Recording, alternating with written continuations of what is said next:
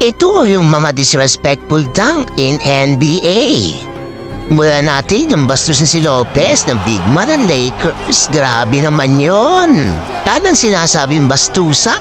Bastusan baka mo, tingnan mo tong ginawa ni Jaylen Brown. Walang katakot-takot sumalaksak sa gitna kahit may bantay.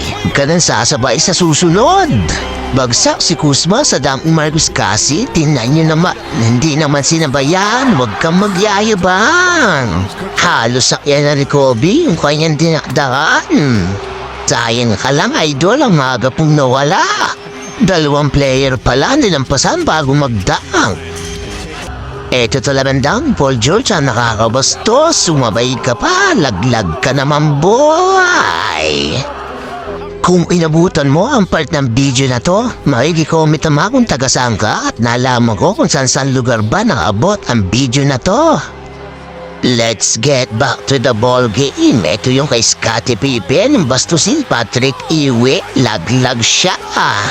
Yan ang galit naman ni Patrick Ewing.